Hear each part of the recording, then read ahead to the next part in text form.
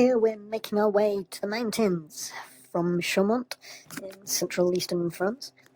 Taking the direct, shortest route, most economical route. Don't believe Google Maps with its eco route. You're not doing any braking. I don't know what they're thinking. Taking the back roads because I've got to visit a phone shop, one of the few that are still doing the company that has now doubled my monthly subscription, and I have to have it because it's one of my few proof of addresses. Still a long way to go, but the snow is building up. Stopping pointlessly for the phone thing, we witness a wedding in a biggish town in the absolute middle of nowhere. Wild local drivers, they have to go through the mountain roads just to get out of this sizable town with everything. South of Lons-en-Saunier.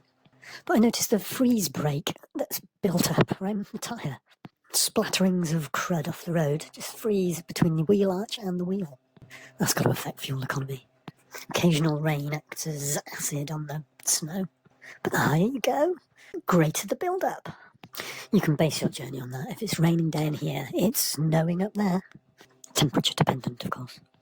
Pleased to arrive, put it that way. Amazing residential foyer with the boîte as part of this bed and breakfast. The car's going to be parked for the generation. No, a bit of gentian, aperitif, a bit bitter, a digestive.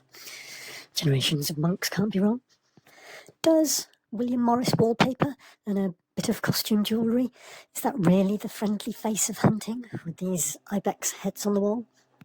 I'm not going to worry about it too much. French hunters seem to shoot members of their own family more than they shoot animals.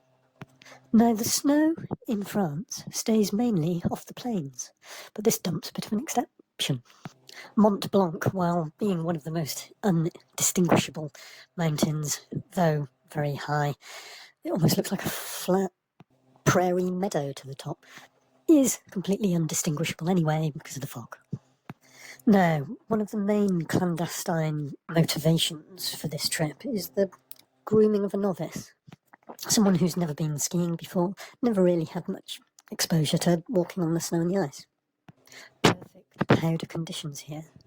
But my grooming for skiing is met with a frosty reception. Sledging is the place to start, wouldn't you agree? Oh, it's a toddler's board. Sledging's for children. Toddlers is when you learn to ski. It didn't help. I'm getting icicle daggers looks. A dragon tamed because it's chained seems to be a motif in the local church. A church to sliding around on ice and hiking seems to be the stained glass window theme. We stop and light a candle to preserve our little limbs. But first, a little more delay and distraction. Posh coffee at fancy restaurant into the for sun. breakfast. Come on, into the sun. Eyeing up the immaculate, disguised cakes. I am distracted. But eventually the slide. Apologies, glissant, waterproof clothes, oft worn.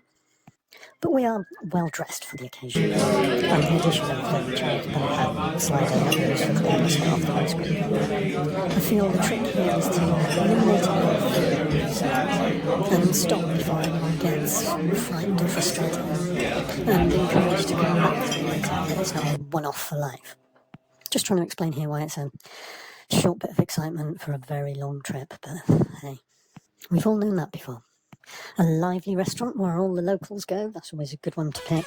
Traditional Savoyard cuisine, full of released relaxation, relief type noises after a day of excitement and fear and all those surroundings. And for us, by our own standards, it could have all gone terribly wrong for me. How was it for you, darling? Let's go again. Next time, let's go a bit more hardcore. And we're on our way back again. Snow even heavier, completely wasting all that powder. I didn't get a look in with a lift pass. It was all about the relationship this time. Pintu falovalo lavro, pintu falovalo, pintu falovalo lavro, pintu falovalo.